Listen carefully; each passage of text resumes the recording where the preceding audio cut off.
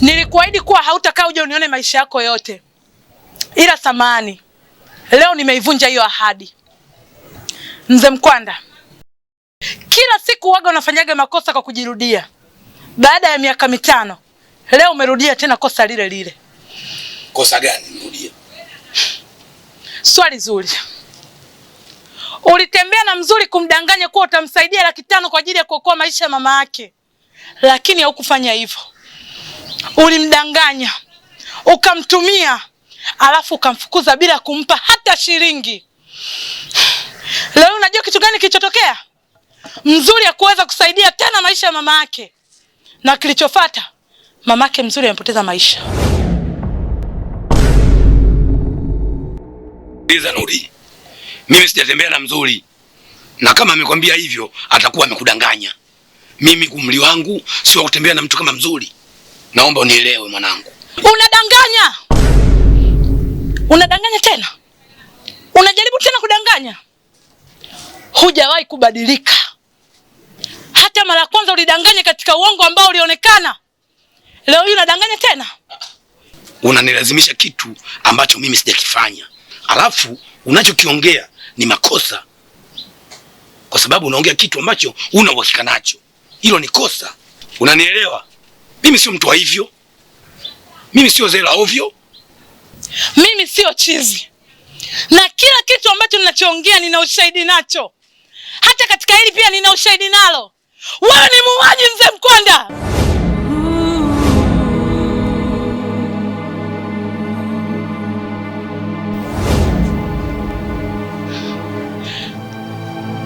Umetoka jela? Ulitaka nifie huko?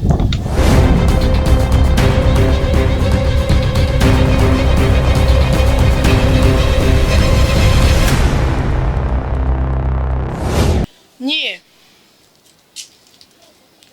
kwa nini mpaka sasa hivi hamjama hapa? Na tuliongea kwamba inatakiwa muame hapa. Madam, ni kweli, lakini tupo kwenye hizo process za kutoka hapa ili tuame nyumba mpya. Process gani Smile unazozizungumzia? Lakini madam, sinadhani mpaka kodi hapa haijaisha. Kelele wewe. Kodi gani hiyo? Umeshawahi kulipa kodi hapa? Kwa inavyoonekana mmeanza kusikiliza amri za mtu mwingine, labda sio amri zangu. Lizi. Yes, madam. Ukipata oda, kwa nini wewe unachelewa sana kurudi? Samani madam. Nilipata tatizo kidogo lakini sikukutaarifu. Tatizo gani na umetoa taarifa kwa nani? Ila Matuni alikuwa anajua. Nilitoa oda ya nyinyi muondoke hapa. Kwa nini mpaka sasa hivi mko hapa Matuni?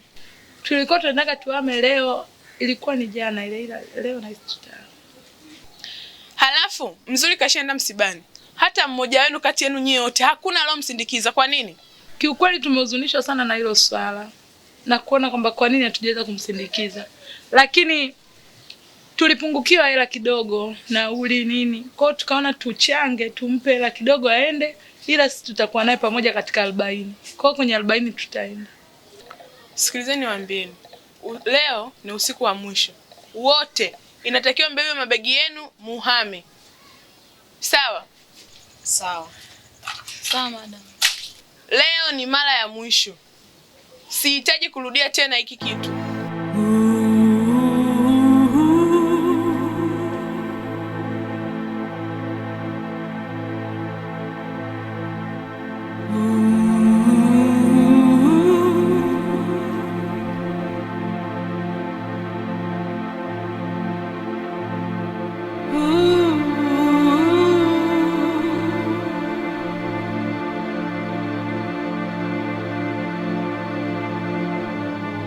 Ooh.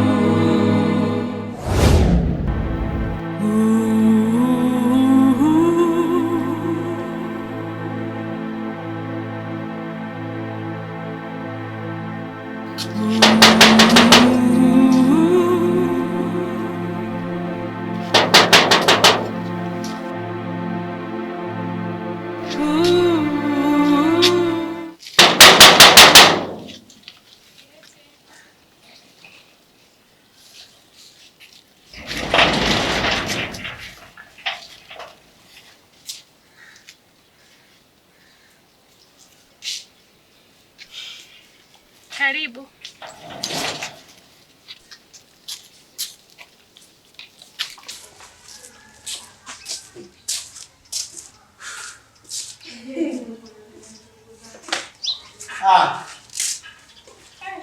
Niambie. Karibu. Asante. Mambo? Mambo poa, umepotea. Tupo. Nikasema au ndo umepata chimbo jipya sasa? Hakuna. Hamna. Haya. Poa, niambie. Wapi wapo hapa? Wapo kibao, mwingine ndo huyo alokufungulia geti. Huyu ndo nimemuelewa. Yaani hiki chuma kilichopita sasa hivi, hiki hatari ndo mambo yangu yani. Sio maneno, zingatia na. Si unajua?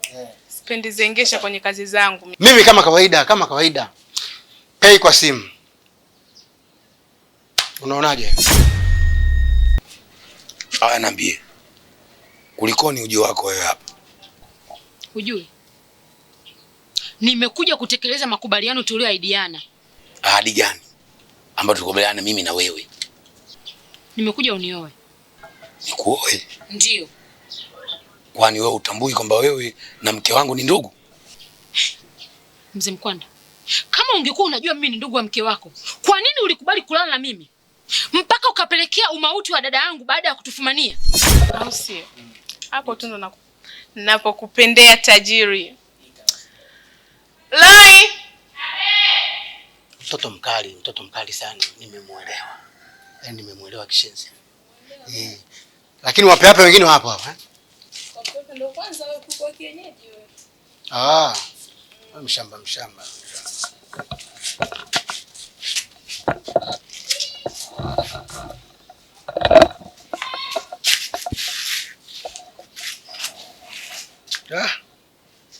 Wanang'atana meno na Okay, basi zingatia maokoto. Freshi na kutumia hela yako hamna vizuri. Hizi shilingi ngapi? Hapo sio mbaya kama hata mimi ukinitumia 500, nyie mtamalizana huko huko. 500? 500 kwa mtoto huyu? Wewe unamuonaje? Acha tamaa. Ndio kwanza anaingia mjini. Acha tamaa. Mimi nimekupunguzia kwa sababu wewe ndugu yangu. Tamaa mbaya, punguza tamaa kidogo. 500 kwa mwanamke huyo wa bushi au kuna mwanamke wa bushi, kuku wa kienyeji huyo. Kwanza kaingia mjini. Sawa, tayari nishakufuadia. Okay. Sasa mimi naenda. Haya. Kwa hiyo angalia akulipe huyo. Asije akakupeleka vichocholoni. Sasa si nishakulipa huko au? Umlipe na yeye. Naenda kumalizana naye anga. Hii haya ndo mambo yangu haya. Haya. Sio chembamba unatumshausha hadi mtoto.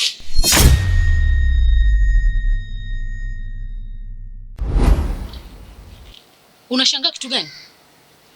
Sasa ili binti yako apone, lazima mimi na wewe tukubaliane makubaliano yetu ya kufunga ndoa. Otherwise sitokubali kuona nimepitia maumivu jela wakati wewe ndio umenisababisha mimi kwenda jela na tukio tumelifanya mimi na wewe. Inawezekana vipi? Sasa mwanangu Nudi anahusiana na nini hapo? Sasa basi, kadri siku zinavyozidi kwenda, utajua binti yako malaya amehusika vipi kwenye hii kesi. Otherwise lazima unioe.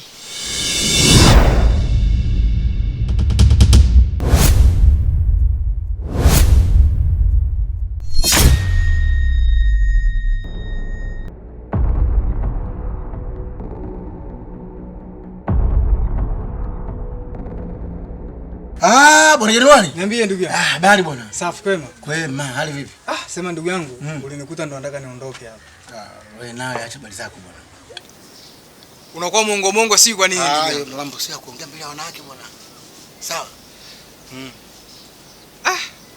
Shemeji. Habari yako bwana? Kwa hiyo, fanya mpango.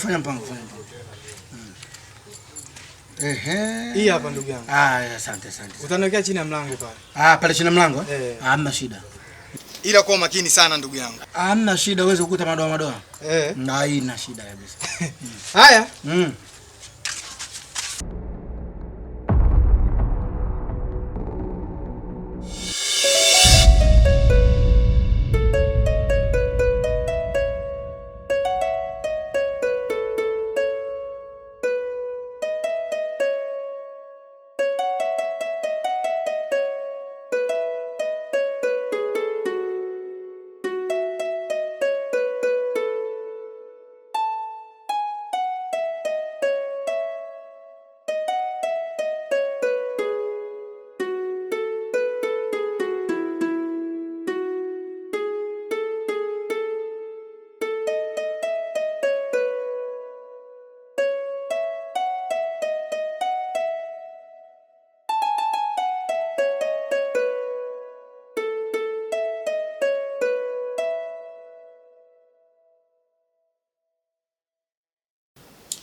Kaa chini.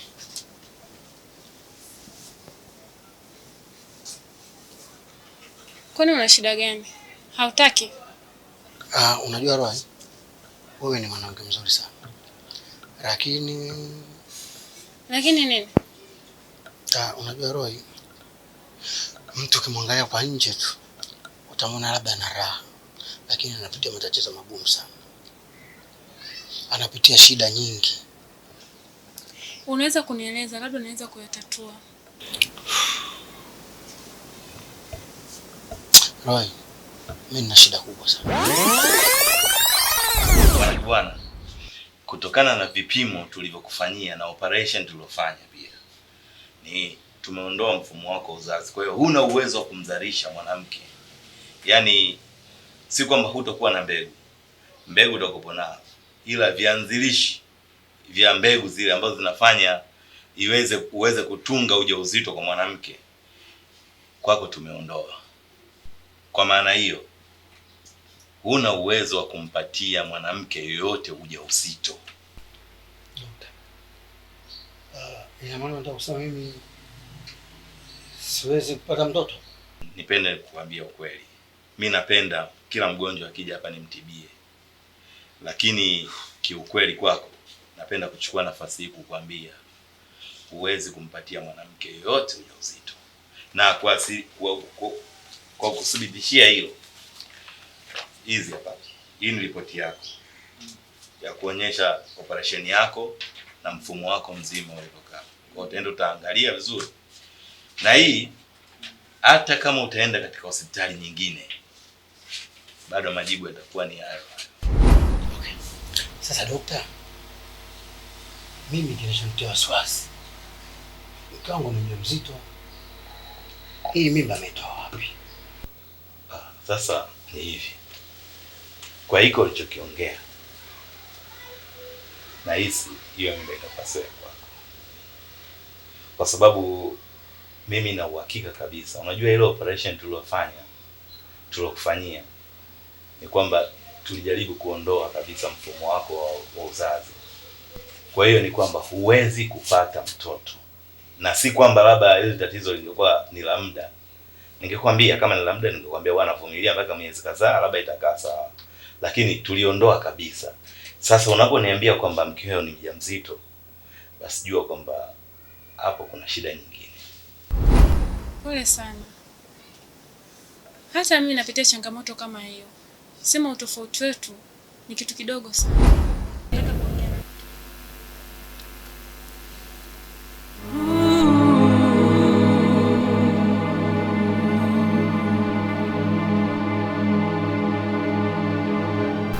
Mama.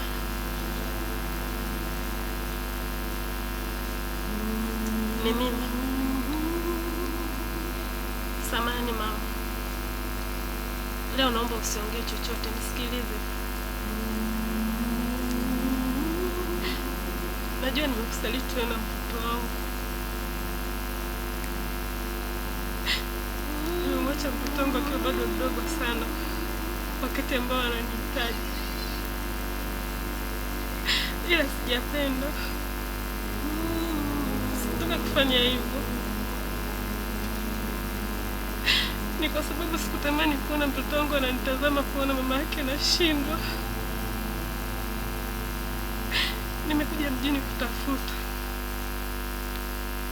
Nitatafuta juu wa mama yangu kuhakikisha mtoto wangu anaishi maisha bora. Na ikitokea sijarudi, mwambie binti yangu nilimpenda sana. Mwambie mimi ndo mama nilouza roho kwa sababu yake.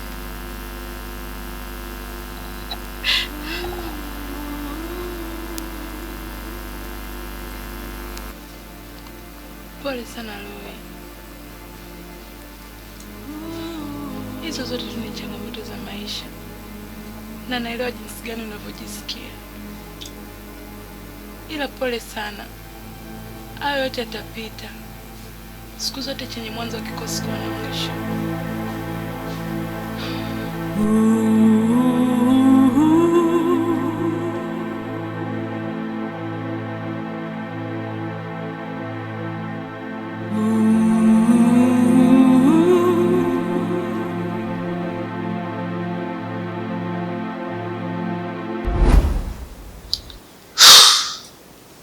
Pole sana.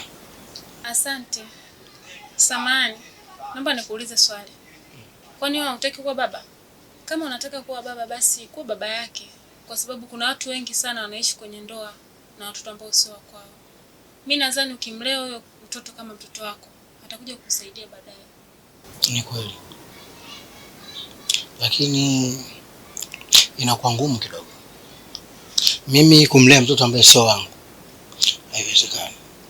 Yaani bora hata ingekuwa nimeenda ambayo kwa watoto wale ambao hawajiwezi, wenye mazingira magumu, nikaenda nikatafuta mtoto nikampata nikamlea, hiyo ingekuwa afadhali. Naomba uniahidi kama linawezekana hilo. Nitakujibu. Asante.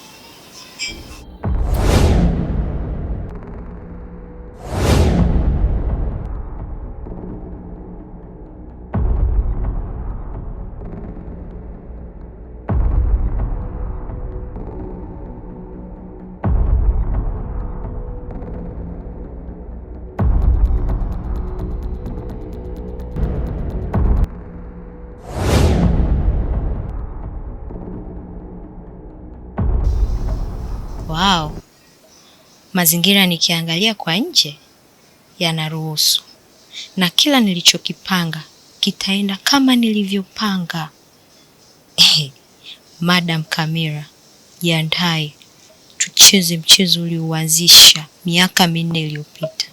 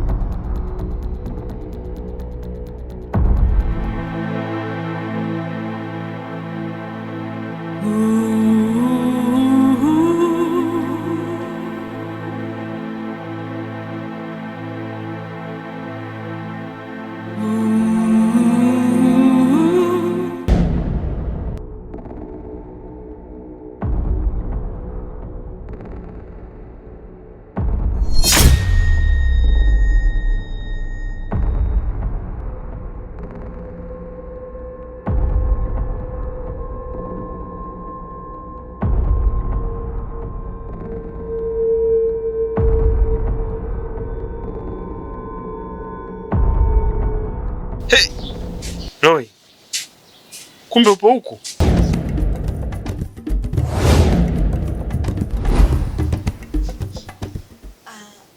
Naitwa Nana. Ni mke wa Kendrick. Nadhani Madam Wenjo alikwambia kuhusu taarifa za ujio wako. Oh. Karibu. Hata hivyo Kendrick hajawahi kuniambia kama ameoa. Ujio wako umekuwa wa ghafla kidogo, japokuwa nilikuwa na taarifa.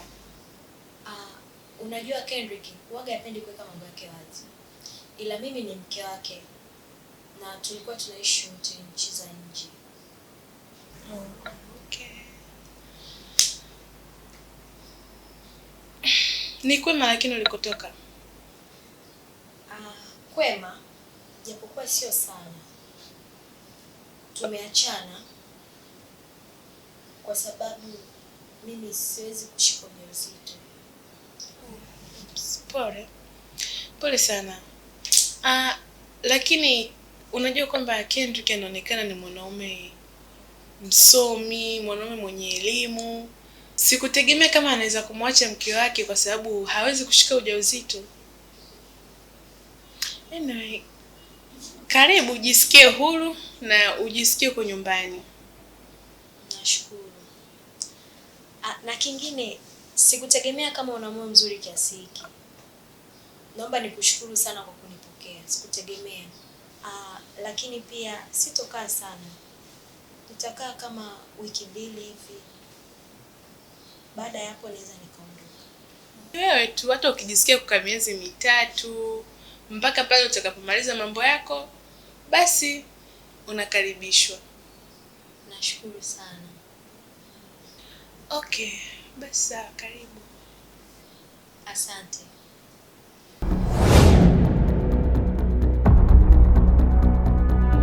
Roy, vipi mwanangu?